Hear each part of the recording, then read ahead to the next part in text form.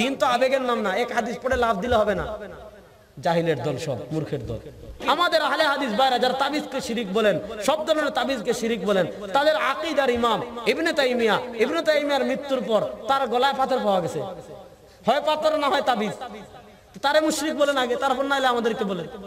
ইমাম বুখারীর উস্তাদ, ইমাম মুসলিমের উস্তাদ, ইমাম আবু দাউদের উস্তাদ, ইমাম নাসাইর উস্তাদ, ইমাম ইবনে মাজার উস্তাদ, ইমাম আবু বকর ইবনে আবি শাইবা রাহমাতুল্লাহ আলাইহি 235 হিজরিতে ইন্তেকাল করেছেন।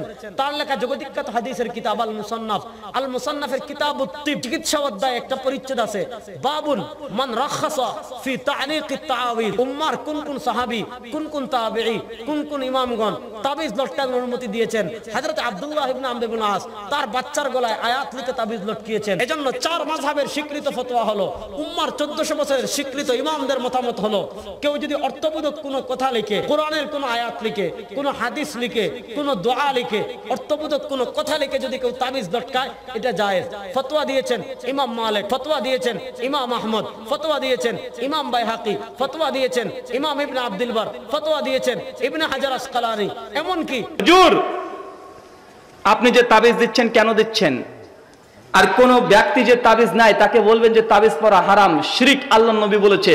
ওর সঙ্গে সঙ্গে বলবে তাবিজ যদি হারামি হয় তো তাবিজের কাজ হয় কেন? ভাই বলে কি বলে না, কথা বলেন। তাবিজের কাজ হয় তার জন্য তাবিজ এখন জায়েজ হয়ে গেল। মানে তিনি সত্য মনে করছেন কোনটা? তাবিজের কাজ হয়, এই জন্য তাবিজটা কি? তাবিজকে মনে হচ্ছে তাবিজ পরাটা বৈধ। ভাই তাবিজের কাজ হয় না এ কথা আমরা বলি না।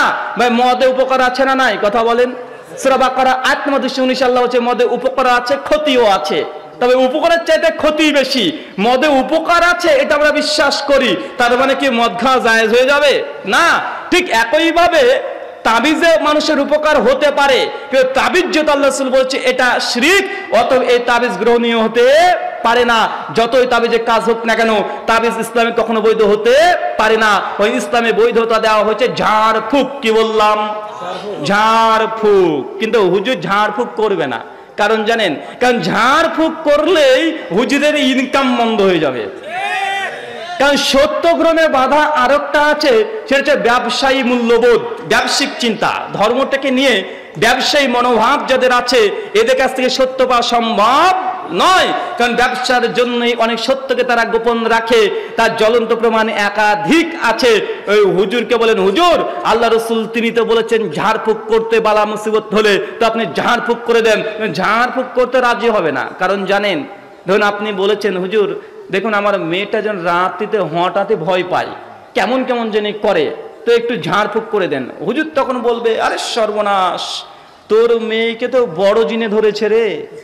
আর এই জিন যেমন তেমন জিন নয়, এটা ভারতের বাবরি মসজিদের জিন।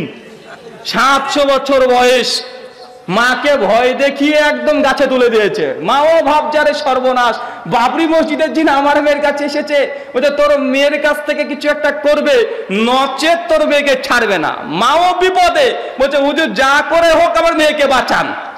হুজুর বলে দিয়েছে ঠিক আছে তুই চলে যা, আমি দেখি কি করা যায়। এই বলে 3-4 দিন পর আসতে বলে হুজুর দেবেন কি দিয়ে একটা তাবিজ দিয়ে দিয়েছে। তাবিজ দিয়ে হাতে বেঁধে দিয়েছে আর মাঝে একটা বেঁধে দিয়েছে। ভাই আছে না নাই, কথা বলেন। যখনই এসেছে তখন বলছে যে কত দেব হাদিয়া হুজুর? তো কি রে, কি আর দিবি, যা দেওয়ার দে, 3000 টাকা দিয়ে। বা আছে না নাই, কথা বলেন। কিন্তু হুজুর যদি 3টে ফু দিত, সূরাতুল ফাতিহা, সূরা ইখলাস, আয়াতুল কুরসি, সূরা নাস, ফালাক পড়ে, বা হলো 300 টাকা চাইতে পারতো? 300 টাকা চাওয়ার সামর্থ্য ছিল না। শুধুমাত্র সূরা ফাতিহা পড়ে 300 টাকা দিয়ে বলতে পারবে? বললে পাবলিক ধরে কেলাবে না ভাই, পাবলিক ধরে কেলিয়ে দিবে। এই জন্যই হুজুর এখন চক্রান্ত করেছে, জি না এইভাবে তোমার কাছে টাকা চাওয়াটা যায়, মানে কেমন কেমন যে লাগে, তাই 2-3 দিন সময় নিয়ে বোঝাচ্ছে অনেক কিছু করছি, তোর মেয়ের জন্য অনেক কিছু করছি। তারপরে একটা তাবিজ দিয়েছে, মানুষও মনে করছে তাবিজ পেয়েছি, এবার 3000 টাকা দেওয়া যায়, এবার খারাপ না। মানে ব্যবসার জন্যই মানুষকে বিষ খাওয়াতেও পারে, বা আছে না নাই, কথা বলেন। মানুষ হোটেলে এখন শিয়াল আর কুত্তার মাংস খাইয়ে দিচ্ছে, কেন? ব্যবসার কারণে। কারণ ব্যবসার জন্যই মানুষকে মৃত মানুষকে নিয়েও আজকে মানুষের ব্যবসা করে। চলে যাবেন বিভিন্ন হসপিটালে। কয়েকদিন আগে নিউজ দেখলাম যে একজন ছেলে তার বাবাকে নিয়ে গেছে, তার বাবা অলরেডি 1 ঘন্টা আগে মারা গেছে, হসপিটালে অ্যাডমিট করেছে, ডাক্তার দেখে বুঝতে পেরেছে তার বাবা মারা গেছে, কিন্তু তারপরে হচ্ছে ভর্তি করে নে, তারপর থেকে আইসিইউতে ঢুকে রেখেছে। একদিন পূর্ণ রাখার পরে বলছে তোমার বাবা মারা গেছে, কিন্তু আইসিইউ বিল 90,000 টাকা তাকে পেড করতে হয়েছে। ভাই আছে না নাই কথা বলেন? মানুষ মৃত মানুষকে নিয়ে ব্যবসা করছে। ব্যবসায়িক চিন্তাবোধ চলে আসলে মানুষ কখনো সত্য পেতে পারে না। মানুষকে মিথ্যা দিয়েই তার ব্যবসাকে সম্পূর্ণ হাতিয়ে নেয়। এর জ্বলন্ত উদাহরণ অনেক আছে। আমি কয়েক বছর আগে আমাদের ভারতে যখন প্রোগ্রাম করতাম, সেই সময়তে কৃষ্ণনগর নামে একটা স্টেশন আছে, রেল স্টেশন।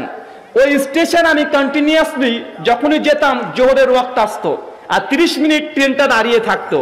আমি কন্টিনিউ প্রতিদিন যখন যেতাম, সঙ্গে সঙ্গে ট্রেন থেকে নেমে একটা টিউবওয়েল আছে, টিউবওয়েল বোঝেন মানে কল, কি বলেন কল বলেন তো, টিউবওয়েল। এই টিউবওয়েলের কাছে যেতাম, অজু করতাম, অজু করে প্ল্যাটফর্মে সালাত আদায় করতাম। এটা আমার নিয়ম ছিল, কারণ ওই সময়তে জোহরের ওয়াক্ত চলে আসতো। আমি একদিন গিয়েছি প্রোগ্রাম করে আসার পথে দেখছি নেমেছি অজু করার জন্য, দেখছি কলটা নেই, কে যেন ভেঙে চুরে পাশে ফেলে রেখেছে। কলের হাতা, কলের নাট বল্টু সব পাশে পড়ে আছে। আমি অবাক, কি ব্যাপার, কালকে অজু করে গেলাম, আজকে কলটা ভাঙলো কিভাবে?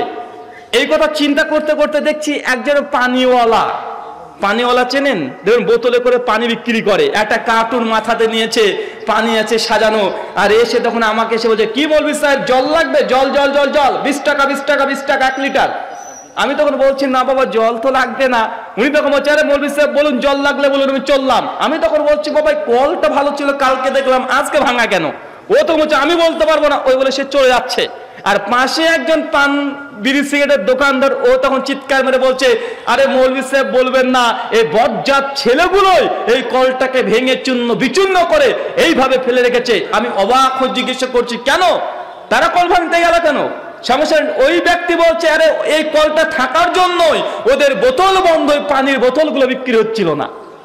কারণ মানুষের যখন প্রয়োজন হচ্ছিল কল থেকে অজু করছিল, কল থেকে জল খাচ্ছিল, কল থেকে তাদের পানি বোতলে করে নিয়ে চলে যাচ্ছিল। এই কলটা থাকার জন্য প্ল্যাটফর্মে মানুষ আর তার ওই বোতল বন্ধ পানিগুলো তারা কিনছিল না। এই জন্যই তারা এই কলটাকে ভেঙে চূর্ণ বিচূর্ণ করে দিয়েছে। এক শ্রেণীর আলেম আছে, এক শ্রেণীর হুজুররাও আছে, শুধুমাত্র তাদের ব্যবসাকে ঠিক রাখার জন্য আল্লাহর আসমান থেকে ওহির যে বৃষ্টি ধারা বয়েছে মানুষের মধ্যে, এগুলো তারা বলতে চায় না। তার জন্য তাবিজ করে ফেলেছে ঝাড়ফুঁকের জায়গায়, কারণ ঝাড়ফুঁক করলে এত টাকা পাওয়া যায় না, তাবিজে পাওয়া যায়। আছে না নেই কথা বলেন? মানুষ ব্যবসায়িক চিন্তা করতে গিয়ে মানুষ আজকে সত্য বলতেও পারে না, সত্য মানুষ আজকে গ্রহণ করতেও তাদের জন্য এখন অনেক রকমের বাধা প্রতিবন্ধকতার সৃষ্টি হয়। 4 নম্বর পয়েন্ট মনে রাখবেন, সত্য গ্রহণের বাধা হচ্ছে এটা কোন ব্যক্তি বিশেষ সফলতা। কি বললাম? কোন একজন ভালো আলেম, অনেক বড় আলেম, দীর্ঘ 20 বছর 30 বছর ধরে সে আলোচনা করে, তার বক্তৃতায় হাজার হাজার মানুষ হেদায়েত পেয়েছে। হতে ডক্টর জাকির নায়েক, তার বক্তৃতায় লাখ লাখ মানুষ ইসলাম কবুল করেছে কি করে নাই? মানুষ সত্যের পথে এসেছে।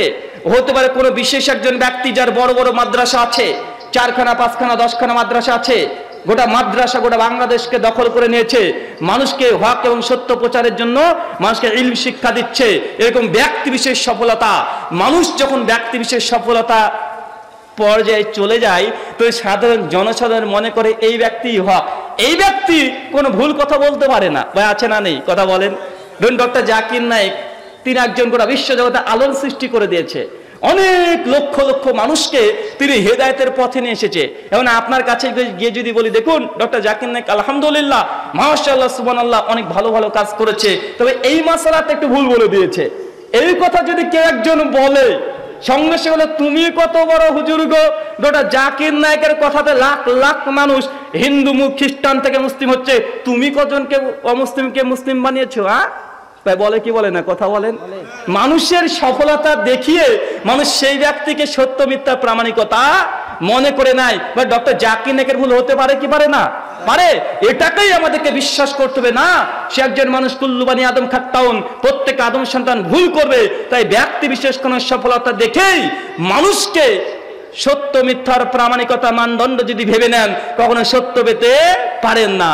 ধরুন কোনো বক্তা আছে, কোকিল কণ্ঠী, খুব সুন্দর করে বক্তৃতা দিতে পারে, তার আলোচনাতে মানুষ প্রভাবিত হয়ে লক্ষ লক্ষ শ্রোতা তার সামনে চলে আসে, মানুষ তার বক্তৃতা একদম মনোমুগ্ধকর ভাবে শোনে।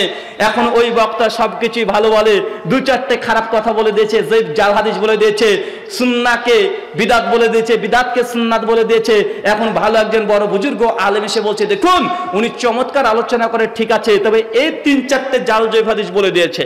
যদি এই কথা বলেছেন, সঙ্গে সঙ্গে বলে, তুমি কত বড় হুজুর গো, তোমার বক্তৃতায় 2000 মানুষ জড়ো হয় না, ওর বক্তৃতাতে দেখো একদম জনসমুদ্র গড়ে তুলে দেয়, লক্ষ লক্ষ মানুষ তার বক্তৃতা শুনে, তোমার বক্তৃতা কয়জন শোনে? বলে কি বলে না, কথা বলেন। মানে মনে করছে তার ভক্ত বেশি, তার ফলোয়ার বেশি, তাই ওই ব্যক্তিকে সত্য মিথ্যার প্রামাণিকতা মেনে নিচ্ছে। কেন ভুলে যাচ্ছেন, পৃথিবীতে একজন নবী এসেছিলেন, নবী নূহ আলাইহিস সালাম, নাম শুনি নাই? তিনি 1টা বছর নয়, 2টা বছর নয়, 950 বছর দাওয়াতি কাজ করেছে। তার উম্মতকে শুধুমাত্র ডেকেছে হেদায়েতের পথে।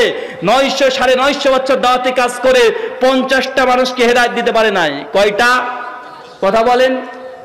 50 জন মানুষ তার ভক্ত হয় নাই, তার শ্রোতা হিসেবে তার কথা শুনে নাই 50টা মানুষ।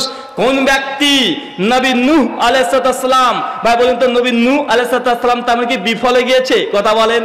কারণ তার তো ভক্ত নেই, তার তো কোনো ভক্ত নেই। 1টা 2টা বছর নয়, 950 বছর দাওয়াতি কাজ করেছে। তাই মনে রাখবেন, মানুষের কোনো ভক্ত যত হয়েছে, তার শ্রোতা বেশি আছে, কে কত মানুষকে মন গলাতে পেরেছে, এটা যদি সত্য মিথ্যার প্রামাণিকতা ধরে নেন, অবশ্যই আপনি কখনো সত্য পেতে পারেন না। এই আপনাকে মৌলিক 4টে কথা বললাম। মানুষ সত্য গ্রহণে বাধা। প্রথম বাধা কি বললাম বলেন তো ভাই? উৎসগত ভিন্নতা। আমরা শরীয়ত কোথা থেকে নেব? কোরআন হাদিস থেকে, না পীর বুজুর্গ আরো অনেকগুলো সেক্টর আছে তাদের কাছ থেকে? আমরা কোরআন সুন্নাহ থেকে সত্য আমরা নেব। 2 নাম্বার, কোন অলৌকিক ক্ষমতার মাধ্যমেই আমরা সত্য মিথ্যার প্রামাণিকতা মনে করব না। 3 নাম্বার, আমরা সব সময় মনে রাখবো সত্য আমরা পাবো কোথায়? কোন ব্যক্তি বিশেষ সফলতা যদি হয়ে যায়, সেই ব্যক্তিকে আমরা সত্য মিথ্যার পার্থক্যকারী আমরা নির্ণয় করতে পারি না। এগুলো আমাদেরকে মনে রাখতে হবে।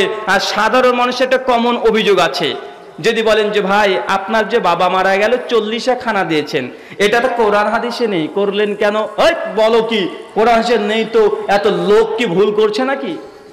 এত মানুষ কি ভুল করছে নাকি? বা আছে না নাই? কথা বলেন। এত লক্ষ লক্ষ মানুষ কি ভুল করছে নাকি? ভাই লক্ষ লক্ষ সংখ্যা গরিষ্ঠতার দোহাই দিয়ে ইসলাম কখনো চলে? কথা বলেন। জি না। ওই যে আপনাকে বলেছি, নবী নূহ আলাইহিস সালাম মাত্র 50 জন অনুসারী, বিরোধী বেশি, আল্লাহ রাসূলের বিরুদ্ধতা আচরণ অজস্র মানুষ করেছে। তাই সত্য মিথ্যার প্রামাণিকতা কোনো সংখ্যা গরিষ্ঠ নিয়ে হয় না। গোটা বিশ্ব জগতে এবং খ্রিস্টানদের সংখ্যা 220 কোটি। কত কোটি? মুসলিমদের সংখ্যা 170 কোটি। এখন যদি বলেন যে খ্রিস্টানরা, তাহলে ঠিক, কারণ যে দলের মানুষ বেশি সেই দলটা যদি ঠিক হয়, তাহলে খ্রিস্টানরা ঠিক হয়ে যাবে কি হবে না? কথা বলেন। অথচ তারা মনে করে নবী ঈসা আলাইহিস সালাম তিনি নাকি আল্লাহ, তিনি নাকি ঈশ্বর, তিনি নাকি সন অফ গড, ঈশ্বরের পুত্র। বা আপনি মেনে নেবেন? যে কখনোই নয়। নবী ইউসুফ আলাইহিস সালামের ঘটনা মনে আছে না ভাই? নবী ইউসুফ একজন, তার 12টা ভাই চক্রান্ত করে কুয়োয় ফেলে দিল। এখন ঠিক কে, ইউসুফ না তার 12 ভাই? কথা বলেন। কে? কারণ সংখ্যা গরিষ্ঠ যদি আপনি সত্য মিথ্যা প্রামাণিকতা মনে করে নেন, নবী ইউসুফকে তার 12 জন ভাই চক্রান্ত করে তো কুয়ার মধ্যে ফেলে দিচ্ছে, আবার এসে মিথ্যা কথা বলছে। তাই মানুষ কোন দিকে বেশি, এই কথা সঠিক নয়। আমাদের সমাজে একটা ভুয়া কথা প্রচলিত আছে, 10 যেখানে খোদা সেখানে। বলে নাউজুবিল্লাহ মিন জালিক। মানে যেদিকে বেশি মানুষ সেটা এখানে নাকি খোদা আছে, আল্লাহ আছে। এ কথা ঠিক নয়। সহিহ বুখারী 3468 নম্বর হাদিস, আল্লাহর নবী তিনি বলে দিয়েছেন যে 1000-এ 1 জন জান্নাত যাবে। কজন? 1000-এ 1 জন। মানে বেশি সংখ্যক মানুষ যে সত্য এটা নয়, এবং সত্যের পথে মানুষ অল্পই থাকবে, এটাই সত্য। সুনান আবু দাউদ 4597 নম্বর হাদিস, আল্লাহর নবী বলছেন আমার উম্মতের মধ্যে 73টা দল হবে, কুল্লুহুম ফিন্নার, সবাই জাহান্নামে যাবে, ইল্লা মিল্লাতুন ওয়াহিদা, শুধুমাত্র একটা দল যাবে জান্নাতে। তো জাহান্নামীরা বেশি না জান্নাতীরা বেশি? কথা বলেন। জাহান্নামীরাই বেশি হবে, জান্নাতে খুব কম সংখ্যক মানুষ থাকবে। তবে উম্মতে মুহাম্মাদির মধ্যে জান্নাতি বেশি হবে। অন্যান্য নবীর তো অনুসারী খুবই কম। নূহ আলাইহিস সালামের পেছনে কোনো মানুষই খুঁজে পাওয়া যাবে না। আজীব অথচ 900 950 বছর দাওয়াত দিয়েছে। আপনাদের কাছে গুটি কয়েক আমি কথা বলে বোঝানোর চেষ্টা করলাম। সত্য যদি পেতে চান এই কটা জিনিসকে আমাদেরকে আগে মূল লক্ষ্য বস্তু রাখতে হবে, নচেত কোনো মানুষ সত্য পেতে পারে না। আল্লাহ রসুলের কাছে এসে যখন প্রথম তিনি কালেমার দাওয়াত দিচ্ছেন, লা ইলাহা ইল্লাল্লাহ, এই দাওয়াত দিচ্ছে, সেই সময় আবু তালেবের কাছে কমপক্ষে 4 থেকে 5 দফা কুরাইশের বড় বড় হত্যাকর্তারা এসেছে। এসে আবু তালেবকে বলছে, আবু তালেব তোমার ভাতিজাকে বলো সে যেন এই দাওয়াত না দেয়, তার বিনিময়ে যদি সে আরবের বাদশাহ হতে চায় তাকে বাদশাহ মেনে নেব, যদি সে আরবের সবচেয়ে সুন্দরী নারীকে বিয়ে করতে চায় তবুও আমি সেই সুন্দরী নারীর সঙ্গে তার বিবাহ দিয়ে দেব, সে যদি আমাদের নেতা হতে চায় তাকে নেতা মেনে নেব। ভাই এই প্রস্তাব আল্লাহ নবীকে দিয়েছে কি দেয় নাই? দিয়েছে। আল্লাহ নবী তিনি প্রলোভনে পড়ে তিনি তাদের কথায় একমত হতে পারতেন কি পারতেন না? পারতেন। কিন্তু তিনি জেনে নিয়েছেন গোটা বিশ্ব জগতের চূড়ান্ত সত্য লা ইলাহা ইল্লাল্লাহ, এই মুখের কথার জন্য তার জীবনের 23টা বছর যুদ্ধ বিগ্রহ কত কি না করেছে, ভাই করে নাই? কিসের জন্য বলেন তো ভাই? টাকা পয়সার জন্য, ধন দৌলতের জন্য, ভালো থাকার জন্য, ভালো খাওয়ার জন্য? জি না, শুধুমাত্র মুখের একটা বাক্য লা ইলাহা ইল্লাল্লাহ এই কথা বলার জন্যই আল্লাহর নবী তার গোটা জীবনটা 23টা বছর সে উৎসর্গ করে দিয়েছে। ইবনে মাসুদ রাদিয়াল্লাহু তাআলা আনহু বলছেন, একদা আমি আল্লাহর নবীর বাড়িতে গিয়েছি, গিয়ে দেখছি আল্লাহ রাসূল ঘুমিয়ে আছে। তো ঘুমিয়ে আছে একটা চাটাইয়ের উপরে, একটা শক্ত বালিশ। আল্লাহ ডেকে তুলেছি, তারপর আল্লাহ নবীকে বলছে, আল্লাহ নবী আপনি যদি চান একটা নরম তুষক করে দিয়ে আপনার জন্য। ইবনে মাসুদকে আল্লাহ বলছে, ইবনে মাসুদ এই দুনিয়ার সঙ্গে আমার কি সম্পর্ক? আল্লাহ যদি চান, আল্লাহর কাছে যদি নামে আমাদের নবী তিনি চাইতেন, বা বলুন তো আল্লাহ অপরন্ত সম্পত্তি দিয়ে পরিপূর্ণ করে দিতেন না? জি করে দিতেন। মিশকাত হাদিস নাম্বার 5154 আল্লাহ নবী সবসময় একটা দোয়া করতেন, হে আল্লাহ তুমি আমাকে মিসকিন অবস্থায় মৃত্যু দিও। কি অবস্থায়? ভাই এই দোয়াটা করতে পারবেন? মিসকিন অবস্থায় মৃত্যু দিও। আম্মাজান আয়েশা রাদিয়াল্লাহু তাআলা আনহা এই দোয়া শুনে অবাক, বলে কি যে মিসকিন অবস্থায় মৃত্যু দেব? সমস্যা আল্লাহর নবীকে জিজ্ঞেস করছে, ইয়া রাসূলুল্লাহ আপনি এই দোয়া কেন করলেন? আল্লাহ রাসূল তিনি উত্তর দিয়ে বলেছেন, আয়েশা কারণ আল্লাহ সুবহানাহু ওয়া তাআলা বলেছেন ধনীর চাইতে গরিবদেরকে 40 বছর আগে তাকে জান্নাত দেওয়া হবে। এই জন্য আল্লাহ রসুল দুনিয়াকে 5 পয়সা মূল্য দেয় নাই। তিনি কি চেয়েছেন? আখিরাত চেয়েছেন। তিনি মিসকিন অবস্থায় মৃত্যু চেয়েছেন। চিন্তা করতে হবে আপনাকে, এই দুনিয়ার মূল্য কিছু নেই। সত্য যখনই পাবেন সঙ্গে সঙ্গে সত্যকে গ্রহণ করবেন। ইবনু ওমর রাদিয়াল্লাহু তাআলা আনহুকে আল্লাহ রাসূল বলছে, মিশকাত 5174 নম্বর হাদিস, তার কাঁধ থেকে ধরে বলছে, ইবনু ওমর এই দুনিয়াকে তুমি মনে করবে তোমার জন্য একজন মুসাফির, তুমি এই দুনিয়ার একজন মুসাফির। কি ফির বলেন তো ভাই? মুসাফির। মুসাফির মানে জানেন, যখন বাংলাদেশের মানুষ আপনি কলকাতায় গিয়েছেন, গিয়ে ভালো ভালো খাচ্ছেন পড়ছেন, তারপরেও ভাই কলকাতায় থাকতে আপনার ভালো লাগবে না? বাড়ির জন্য মনটা আনচান আনচান করবে, বাড়িতে আসার জন্য মনটা ছটপট করবে না ভাই? যারা সৌদি, কুয়েত, কাতার, বাহরাইন প্রবাসে আছে, প্রবাস তারা খুব ভালোভাবে আছে, 5 তলা বিল্ডিং এ আছে, গাড়ি আছে, পার্সোনাল কার আছে, লাখ লাখ টাকা উপার্জন করছে, তারপরেও যখন বাড়ির জন্য মন ছটপট করে, বা বলুন তো আর ভালো লাগে না কেন? কারণ সে মুসাফির, সে সৌদির একজন প্রবাসী, সে মুসাফির। তার ওটা আসল ঠিকানা নয়। তার আসল ঠিকানা যদি আপনাদের এই জায়গাটা হয় গাজীপুরে হয়, তা আসার জন্য ছটপট করবে। তো আমাদের আসল ঠিকানা, আসল বাড়ি কোথায়? কথা বলেন। জান্নাত। কারণ আমার বাবার বাড়ি জান্নাতে।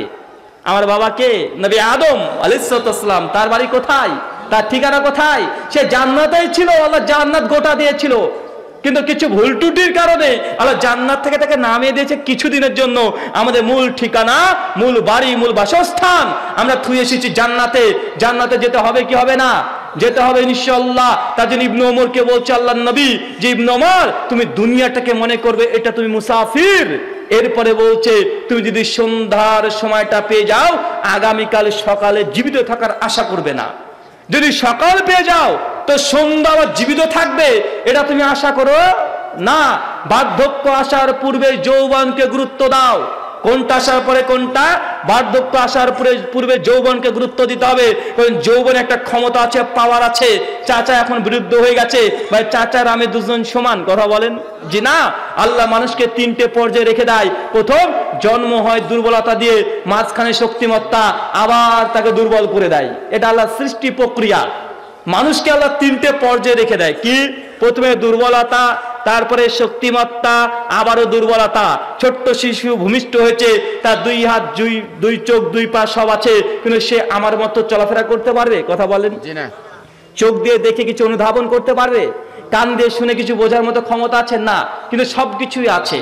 যেমন একজন বৃদ্ধ মানুষ বৃদ্ধ হয়ে গেলে সে আর ঠিক মতো বুঝতেও পারে না, দেখতেও পারে না, চলতেও পারে না। তো আল্লাহ সুবহানাহু ওয়া তাআলা, আল্লাহ রাসূল এই জন্য বলেছে বার্ধক্য আসার পূর্বে যৌবনকে গুরুত্ব দিতে হবে, কেননা যৌবনের গুরুত্ব অপরিসীম। আর মৃত্যু আসার পূর্বে হায়াতকে, তোমার জীবিত আছো এটাকে তুমি কি করবে? মূল্যায়ন করবে। অসুস্থতার পূর্বে সুস্থতাকে মূল্যায়ন করবে। মানুষ যখন অসুস্থ হয়ে যায় তখন বুঝতে পারবেন এটা কত কঠিন, বা অসুস্থ কঠিন নয়। আপনার ছোট্ট সোনামণি যদি অসুস্থ হয়ে যায় তখন বুঝতে পারবেন যে আপনি সুস্থতার মূল্য কত। মা তখন বলে, আল্লাহ কেন আমার ছেলেটাকে অসুস্থ করে দিলে, কেন রোগ দিলে? বলেন আমাকে দাও। ভাই বলে কি? বলে না। কারণ সুস্থতা একটা নিয়ামত, এগুলোকে আমাদেরকে মনে রাখতে হবে। দুনিয়া সত্য যখনই আসবে, সত্য আপনাকে আমাকে গ্রহণ করতে হবে। মহান সত্য আল্লাহর কাছে দোয়া, এই প্রার্থনা, আল্লাহ সুবহানাহু ওয়া তাআলা তুমি আমাদের প্রত্যেককে সত্য গ্রহণ করার তৌফিক দান করো। সকলে পড়ি আল্লাহুম্মা আমিন। মহান সত্য আল্লাহর কাছে দোয়া, এই প্রার্থনা, আল্লাহ সত্য যেন প্রত্যেক মানুষের ঘরে ঘরে পৌঁছে যায়। সকলে পড়ি আল্লাহুম্মা আমিন। জি, প্রশ্ন উত্তর হবে, প্রশ্ন উত্তর হবে, কেউ উঠবেন না। আর আমার লেখা বই অনেকে চাচ্ছিলেন বইগুলো স্টেজে চলে আসবে। ইসমাইল যে চলে এসেছে। আমার লেখা 7খানা বই আছে। কয়খানা? 7খানা বই। 6খানা বই যদি এক সেট কেউ নেয়, একটা বই ফ্রি আছে। আর ফ্রি বইটা হচ্ছে মুফতি শফিক কাশেমি, নাম শুনেছেন? শফিক কাশেমি একটা লিফলেট ছেড়েছিল আহলে হাদিসদের বিরুদ্ধে, সেটা জবাব লিখে একটা বই রচনা করা হয়েছে। আর আমার 6খানা আরো এক্সট্রা বই আছে। তাকলিদ বিভ্রান্তি নিরসন, আহলে হাদিস হানাফি মাযহাব ইখতিলাফ নিরসন, নেক আমল এবং ফজিলত, এবং আছে মৃত ব্যক্তির জন্য জীবিতদের করণীয় এবং বর্জনীয়। আরো কিছু বই আছে। আমার টোটাল 6খানা বই আর একটা ফ্রি। সব বই মিলে 350 টাকা পুরো সেট। যা নিতে চাচ্ছেন আলোচনার শেষে নেবেন, এখন মজলিস ভাঙবেন না। আর 2 নম্বর একটা বই আমার খুব ভালো লেগেছে, এবার বাংলাদেশে পেলাম, সেটা হচ্ছে বেদাতি ইমামের পেছনে সালাত। এই বইটা মূলত আমার লেখা নয়, এটা হাফেজ জুবার আলী জাহির রাহিমাহুল্লাহর লেখা, কিন্তু বইটা খুব চমৎকার আছে। একটা অধ্যায় আছে ইমাম আবু হানিফা বনাম সহিহ হাদিস, মানে অনেক ফতোয়া যে সহিহ হাদিস বিরুদ্ধে ছিল তার 20খানা প্রমাণ আছে। আরো আকীদার উপরে খুব চমৎকার একটা বই, ওই বইটা আমি নিয়ে এসেছি, মাত্র 50 টাকা দাম। এমনি খোলা মার্কেটে 70-80 টাকা নেবে। আমি শুধু প্রকাশনী থেকে নিয়ে এসেছি এটা প্রচার করার জন্য, কারণ বইটা ঘরে ঘরে থাকা দরকার। তাই যাদের বইয়ের প্রয়োজন আছে তা নিয়ে যাবেন, মজলিস ভাঙবেন না। জি শেখ, গুরুত্বপূর্ণ কিছু প্রশ্ন আসে, আপনারা একটু বসুন। এক ভাই প্রশ্ন করেছেন, প্রিয় সাহেব অনেকে বলে আপনি হিন্দু থেকে মুসলিম হয়েছেন, এই বিষয়ে সবাইকে একটু স্পষ্ট করে দিন। আচ্ছা, এই উত্তরটা শেষে দেবো ইনশাআল্লাহ। শুকরিয়া, জাযাকাল্লাহ।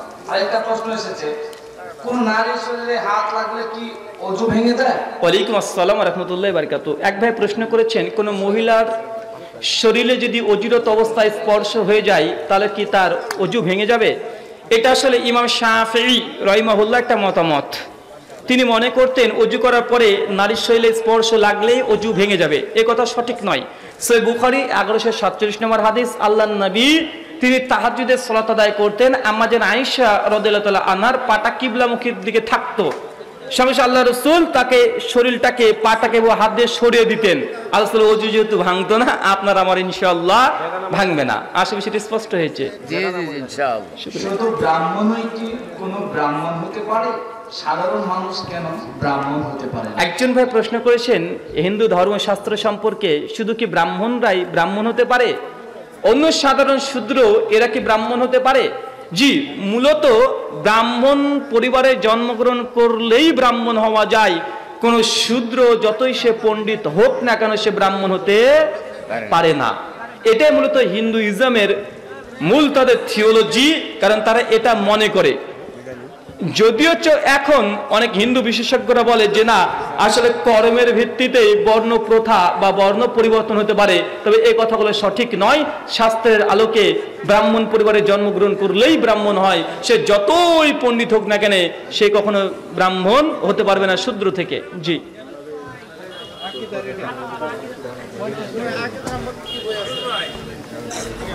বয়োজ্যেষ্ঠদের শরীরে পা লাগলে তাদেরকে ছুঁয়ে সালাম করা হয়, ইসলাম এই বিষয়ে কি বলে? একজন ভাই প্রশ্ন করেছেন যে কোনো বয়স্ক ব্যক্তিকে যদি পায়ের স্পর্শ লেগে যায় তার সঙ্গে সঙ্গে মুসাফা করি বা সালাম করি, এটা বিধান কি? মূলত কোরআন বা সুন্নাতে এমন কোনো বিধান নেই কারো যদি পায়ের সঙ্গে পা বা পায়ের সঙ্গে গা লেগে যায় তাকে প্রণাম করতে হবে বা মুসাফা করতে হবে, এই মর্মে কিছু পাওয়া যায় না। তবে এটা সৌদিয়ানদের মধ্যে একটা কালচার, সৌদি যারা আছেন তাদের একটা ট্র্যাডিশন, আর এই ট্র্যাডিশনটা যেহেতু কোরআন সুন্নাহর বিরুদ্ধে নয়, এই জন্য শেখ সালেহ আল ফৌজান হাফিজাহুল্লাহ তিনি বলেছেন কেউ যদি মুসাফা করে এটা তো কোনো আপত্তি নেই। আশা করি স্পষ্ট হয়েছে।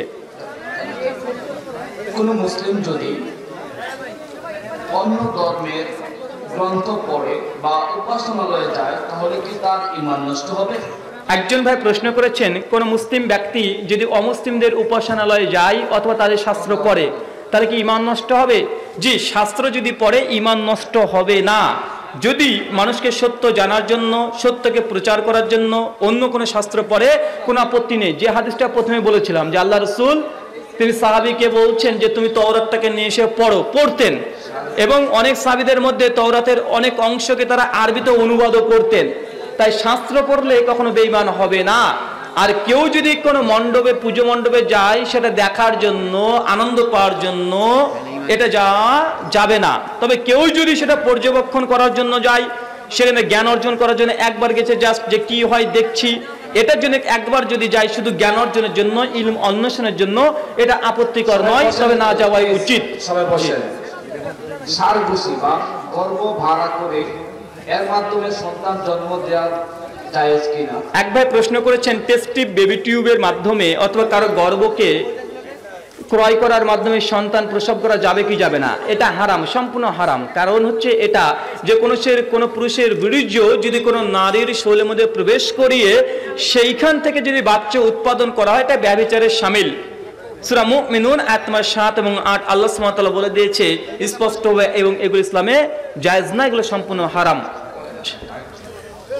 মসজিদ এবং মাদ্রাসায় মান্নত করা যাবে কি? মসজিদ এবং মাদ্রাসায় মান্নত করা যাবে কি যাবে না? আল্লাহ রাসূল মান্নত করতে নিষেধ করেছে, বরং বলেছে যে ব্যক্তি মান্নত করলো সে ব্যক্তি যেটা মান্নত করেছে সেটা তার বৃথা।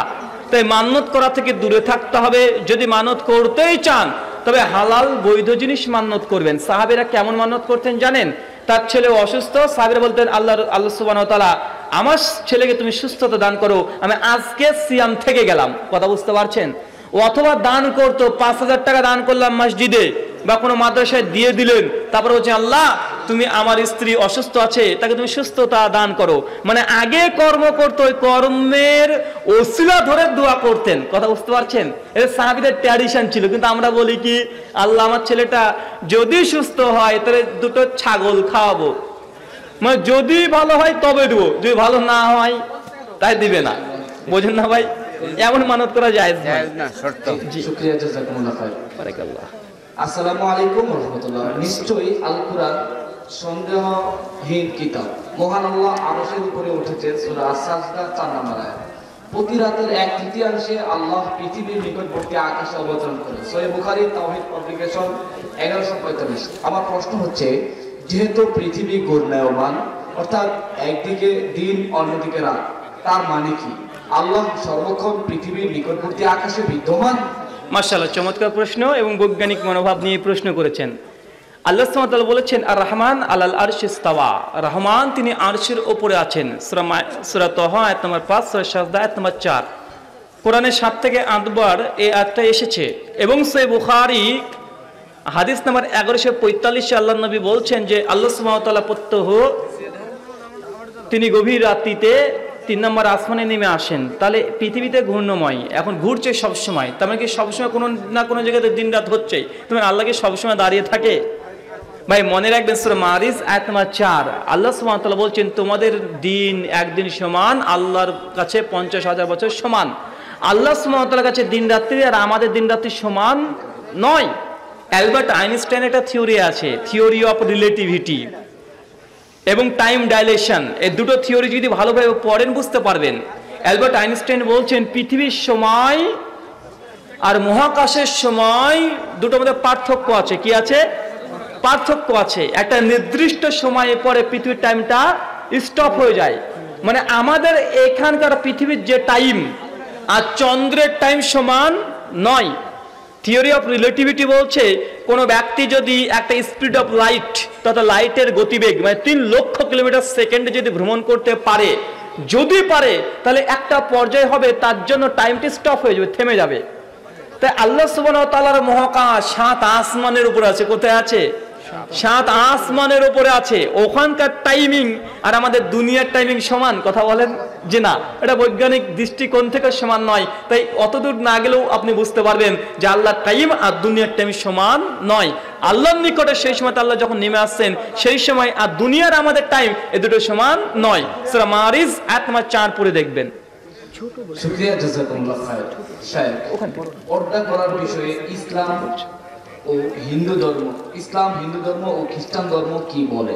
এক ভাই প্রশ্ন করেছেন ইসলাম, হিন্দুইজম এবং খ্রিস্টান ধর্মে বিশেষ করে পর্দার প্রথা সম্পর্কে কি বলছে। প্রথমত ইসলাম সূরা নূর আয়াত 30 এবং 31 নারী এবং পুরুষকে পর্দা করতে হবে, ফরজ, বাধ্য। পুরুষের জন্য একদম কাঁধ থেকে এই গোড়ালি পর্যন্ত আর নাভি থেকে হাঁটু পর্যন্ত ঢেকে রাখা সবসময় ফরজ। এটা সে উলঙ্গ অবস্থায় চলাচল করতে পারবে না। নারীর জন্য গোটা শরীরটাকে ঢেকে রাখতে হবে, শুধুমাত্র তার হাতের কবজি অন্যান্য সময় খুলে রাখতে পারে। বাড়ির বাইরে হলে সেটাকে মোজা পরে নিতে হবে। মুখমণ্ডল পুরোটাকে ঢেকে রাখতে হবে বাড়ির বাইরে গেলে, বাড়ির ভেতরে মুখমণ্ডলটাকে খুলে রাখতে পারে। এটা যে ইসলামী রীতি। আর হিন্দুইজম ঋগ্বেদ মন্ডল নম্বর 10 শ্লোক নম্বর 33 শ্লোক নম্বর 19 ব্রহ্মা তিনি বলছেন যে আমি তোমাদেরকে সৃষ্টি করেছি একজোড়া নারী এবং পুরুষ, তোমরা নারীরা তোমাদের পা দুটোকে একত্রিত রাখবে এবং গোটা শরীরকে তোমরা ঢেকে রাখবে। মানে এখান থেকে বোঝা যায় যে হিন্দুইজমের মধ্যে পর্দা প্রথা এটা আছে।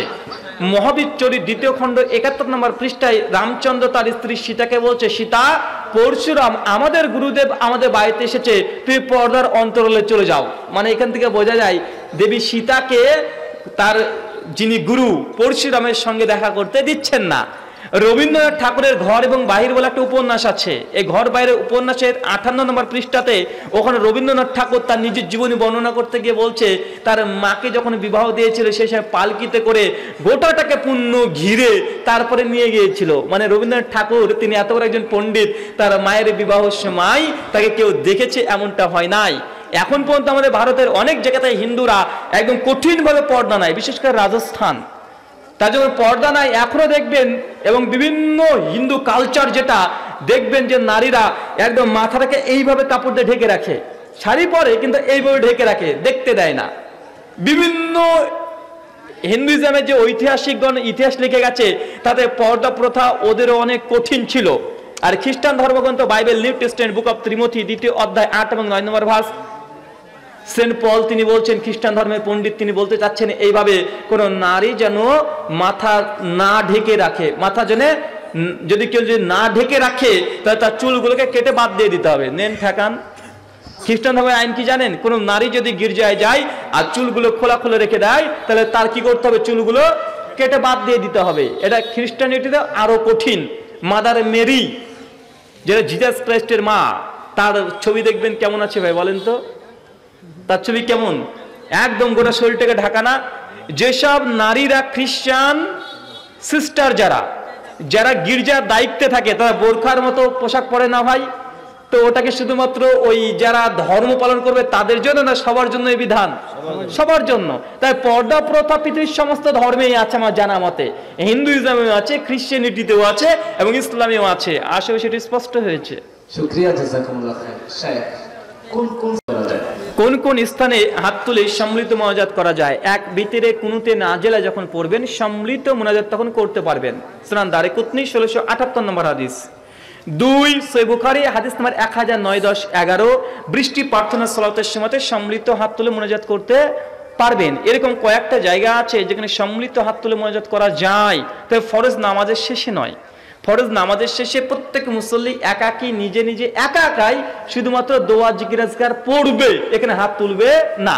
অনেক মানুষ মনে করে দোয়া মানে হাত তোলা, হাত না তুললে যেন দোয়া হয় না তাই মনে হয়। আছে না ভাই? এটা মানুষের মধ্যে মাথার মধ্যে একটা করোনা ভাইরাস। এটা কি ভাইরাস? এটা করোনা ভাইরাস। যারা মনে করেন হাত না তুললে দোয়া হয় না, এটা করোনা ভাইরাস। কেন দোয়া মানে হাত তুলতে হবে ধারণাটাই ভুল। অনেক দোয়া আছে হাত না তুলেই করতে হয়। প্রমাণ, মসজিদে ঢোকার দোয়া আছে না নেই? হাত তোলেন। ইমামকে ডাকেন। মসজিদ থেকে বের হওয়ার দোয়া আছে না নেই? হাত তোলেন। ইমামকে ডাকেন। বাথরুম ঘরে ঢোকার দোয়া আছে না নেই? হাত তোলেন। পোশাক পরিধানের দোয়া আছে না নেই? হাত তোলেন। জুতো পরিধানের দোয়া আছে না নেই? হাত তুলেন। যানবাহন ওঠার দোয়া আছে না নেই? হাত তুলেন। বাজারে পয়সার দোয়া আছে না নেই? হাত তোলেন। তার মানে বোঝা গেল অনেক দোয়া আছে হাত না তুলেই মানুষকে করতে হয়, মানে দোয়া মানেই যে হাত তুলতে হবে এই কথা সঠিক নয়। স্ত্রী সহসের দোয়া আছে না নেই ভাই? কারা কারা হাত তোলেন? কেউ তোলেন না। ইমামকে ডাকবেন রাত্রিবেলাতে, ইমাম সাহেব চলে আসেন, আপনি দোয়া পড়বেন, আমরা আমিন আমিন বলবো, এমন কিছু হয় নাকি রে ভাই? দোয়া মানেই হাত তুলতে হবে কথাটাই ভিত্তিহীন। তাই ফরজ নামাজে পরে আল্লাহ নবী 35 থেকে 38 খানা দোয়া আছে, বসে বসে করতেন, মুক্তাদি সকলেই করবে। এখানে সম্মিলিত কোনো মনোনীত প্রমাণ নেই। এই জন্য শাইখুল ইসলাম ইমাম ইবনে তাইমিয়া রাহিমাহুল্লাহ 788 মৃত্যু, তার মাজমু আল ফাতওয়া 22 খণ্ডের 119 পৃষ্ঠায় সেই সময়তে বলে গেছে এটা একটা বিদআত। জাদুল মাদে ইমাম ইবনে কাইয়ুম আজ-জাওজাই রাহিমাহুল্লাহ 751 হিজরিতে তিনি বলছেন যে এটা বিদআত। অজস্র ফতোয়া আছে আজ থেকে সালাফদের মধ্যেকারী যেগুলো বিদআত, এগুলো জায়েজ নাই। জি, শুকরিয়া, জাযাকুমুল্লাহ খায়র। নবী করিম সাল্লাল্লাহু আলাইহি ওয়াসাল্লামকে হায়াতুন নবী মানা যাবে কি? আমাদের নবী মুহাম্মদ সাল্লাল্লাহু আলাইহি সাল্লামকে হায়াতুল নবী এটা বলা যাবে কি যাবে না? হায়াত মানে কি জীবন, নবী নবীর জীবন, তার মানে কি হলো ভাই? নবীর জীবন। আসলে হায়াতুন নবীদের তারা যেটা বোঝায় আসলে সেই উদ্দেশ্য পূরণ হয় না অর্থ দিয়ে। নবী সাল্লাল্লাহু আলাইহি সাল্লামের জীবন এটা কি রে ভাই? হায়াতুন নবী নবীর জীবন, তো নবীর জীবন কি? কিছু অসম্পূর্ণ বাক্য, এই কথাটাই সঠিক নাই। মানে তারা যেটা বলতে চায় যে আমাদের নবী তিনি কবরে জীবিত আছে, তবে আমাদের নবী শুধু কবরে জীবিত নেই, ফেরাউনও কবরে জীবিত আছে। সূরা ইউনূস আয়াত নম্বর 93, 94, 95 পরপর আছে। ফেরাউনের সামনে প্রতিদিন 2 বেলা আল্লাহ সুবহানাহু ওয়া তাআলা জাহান্নামের আগুন তার সামনে নিয়ে যায়, আছে না ভাই? কবরের মধ্যে সবাই জীবিত। কি বললাম? কবরের মধ্যে সবাই জীবিত। কেন সহিহ বুখারী হাদিস পড়েননি? যখন মানুষকে দাফন করে চলে আসে, ফেরেশতারা সঙ্গে সঙ্গে কবরে ঢোকে তাকে তাজা করে দেয়, আবার দেখেন জীবিত। সবাইকে প্রশ্ন করে, 3টে প্রশ্ন করবে, উত্তর দিতে পারলে 4র্থ প্রশ্ন করার পরে যে ব্যক্তি জান্নাতি তাকে ঘুমিয়ে দেওয়া হয়, তুমি ঘুমাতে থাকো, ঘুম ভাঙবে তোমার জন্য জান্নাত, মানে কিয়ামতের মাঠে তুমি উপস্থিত হয়ে যাবে। আর যে ব্যক্তি প্রশ্ন উত্তর দিতে পারবে না তাকে একদম দুমদাম ছক্কা চলে কবরে। ফেরেশতা লাঠি ফালা নিয়ে একদম শুধুমাত্র তাকে দুমদাম বেধড়ক পেটাবে। তো ভাই যাদেরকে পিটনি দিচ্ছে কবরে, এখনো পিটনি দিচ্ছে, জীবিত না মৃত? তো কবরে তো কাফেররাও জীবিত, কথা বোঝেন নাই? বরং মুমিন যারা তারাই মৃত, তারাই ঘুমন্ত অবস্থায় আছে, তাদেরকে ঘুমিয়ে দিচ্ছে, আবারও নিদ্রায় তারা আছে। কবরের মধ্যে আল্লাহ নবীও জীবিত। কি বললাম? কবরের মধ্যে আল্লাহ নবীও জীবিত, শহীদরাও জীবিত, বারজাখী জীবন, এখানে সবাই জীবিত থাকে। বারজাখী জীবনে কি বললাম? সবাই জীবিত থাকে। নিজ নিজ মর্যাদা অনুযায়ী তাদের স্থানে পরিবর্তন হয়। যারা শহীদ তারা জান্নাতে তারা ঘুরে বেড়াচ্ছে, তাদের রূহ চলে বেড়াচ্ছে। যারা মৃত ছোট ছোট শিশু তারাও জান্নাতে ঘুরে বেড়াচ্ছে, পাখির স্রোত ধরে ঘুরে বেড়াচ্ছে, অনেকগুলো বর্ণনা আছে। যারা নবী তারা তাদের মতো করে আছে, যারা কাফের তাদের পুরো দুমদাম পিটুনি চলছে, যারা মুমিন তারা ঘুমাচ্ছে। তো বারজাখী জীবনে সবাই কি জীবিত। তবে আল্লাহ নবী কি মৃত্যুবরণ করেছে? যে মৃত্যুবরণ করেছে। একাধিক হাদিস দ্বারা প্রমাণিত। সহিহ বুখারী 1241 নম্বর হাদিস, কুরআন সূরা জুমার আয়াত নম্বর 30 শাইখ বলে দিয়েছে, ইন্নাকা মাইয়াতুন ওয়া ইন্নাহুম মাইয়াতুন, নিশ্চয়ই তুমিও মৃত্যুবরণ করবে আর তারাও মৃত্যুবরণ করেছে। এই ব্যাপারে কোরআন পবিত্র কোরআনে একাধিক আয়াত আছে। পবিত্র কোরআন সূরা আলে ইমরান আয়াত নম্বর 144 আল্লাহ বলছে, ওমা মুহাম্মাদুন ইল্লা রাসূল কদ খালাত মিন ক্বাবলিহি রাসূল আফা ইম্মাতাও কুতিলা, যে মুহাম্মদ সাল্লাল্লাহু আলাইহি ওয়াসাল্লাম তিনি রাসূল ব্যতীত কিছুই না, তার পূর্বে অজস্র নবী এবং রাসূল মৃত্যুবরণ করেছেন। তার মানে বোঝা যাচ্ছে নবী সাল্লাল্লাহু আলাইহি ওয়াসাল্লাম তিনি মৃত্যুবরণ করবেন, আল্লাহ আগে ভবিষ্যৎবাণী করে দিয়েছেন। আর এর হাদিস আছে সহিহ বুখারী 1241, আবু বকর রাদিয়াল্লাহু আনহু এই আয়াত পড়েই তিনি বোঝানোর চেষ্টা করছেন আল্লাহর নবী দুনিয়া থেকে চলে গেছেন, কাদমাত এই শব্দ বলে দিয়েছেন যে তিনি মারা গেছেন। তার মানে আপনাকে বুঝতে হবে আল্লাহ রাসূল দুনিয়া থেকে, দুনিয়ার জীবন থেকে তিনি বিচ্ছিন্ন, তিনি মৃত্যুবরণ করেছে। এই অর্থে কেউ যদি বলে আল্লাহ রাসূল কি দুনিয়া থেকে মৃত, অবশ্যই মৃত। বারজাখী জীবনে কি জীবিত? অবশ্যই জীবিত। শুধু নবীগণ নয়, শহীদগণও জীবিত। আল্লাহর প্রকৃত মুমিন তারা ঘুমন্ত। আসলে বিষয়টি স্পষ্ট হয়েছে। জি, শুকরিয়া, জাযাকুমুল্লাহু খাইরান। প্রিয় শায়েখ, কাপাসিয়া উপজেলায় আপনি প্রথমবারের মতো আজকে এসেছেন। আল্লাহ আপনার হায়াতে বারাকা দান করুন, আল্লাহুম্মা আমিন। আল্লাহ আপনাকে সুস্থ এবং নিরাপত্তা দান করুন, আল্লাহুম্মা আমিন। কাপাসিয়াবাসীর পক্ষ থেকে আপনাকে আন্তরিক শুভেচ্ছা ও মুবারকবাদ। সর্বশেষ জানতে চাওয়া, অনেকে বলে আপনি হিন্দু থেকে মুসলিম হয়েছেন, এই বিষয়ে আমাদের সকলকে স্পষ্ট করবেন। শুকরিয়া, আসসালামু আলাইকুম ওয়া রাহমাতুল্লাহি ওয়া বারাকাতুহু। আমার বিষয়ে কমন কিছু প্রশ্ন আছে। প্রথম প্রশ্ন, আপনার নামের পূর্বে ব্রাদার কেন? যে ব্রাদার এটা বা কেমন? আর দ্বিতীয় নম্বর প্রশ্ন, যে আসলে আমি শিক্ষাগত যোগ্যতা কি? তৃতীয় প্রশ্ন, আমি হিন্দু থেকে মুসলিম হয়েছি কি হয় নাই? এই বেশ কয়েকটা প্রশ্ন প্রত্যেকটা মাজলিসে আসে, তো সবগুলোই আমি সংক্ষিপ্তভাবে আপনাদের বলি। প্রথম কথা, যে আমার নামে পূর্বে ব্রাদার কেন? আসলে আমাদের ভারতের একটা নিয়ম আছে, যারা দাওয়াতি কাজ করছে অমুসলিম নন মুসলিমদের কাছে, এবং যারা জেনারেল শিক্ষিত থেকে ইসলামী আলোচনা সভা বা দাওয়াতি সেক্টর এসেছে, তাদের নামে পূর্বে ব্রাদার দেওয়া হয়। যেমন আরও অনেকে আছে, brother Imran, brother Sirajur Rahman, brother Shafi, brother M Akbar, বিভিন্ন ভাষা থেকে, মালয়ালম ভাষায়, কে ইংলিশ ভাষায়, কে উর্দু ভাষায়, কে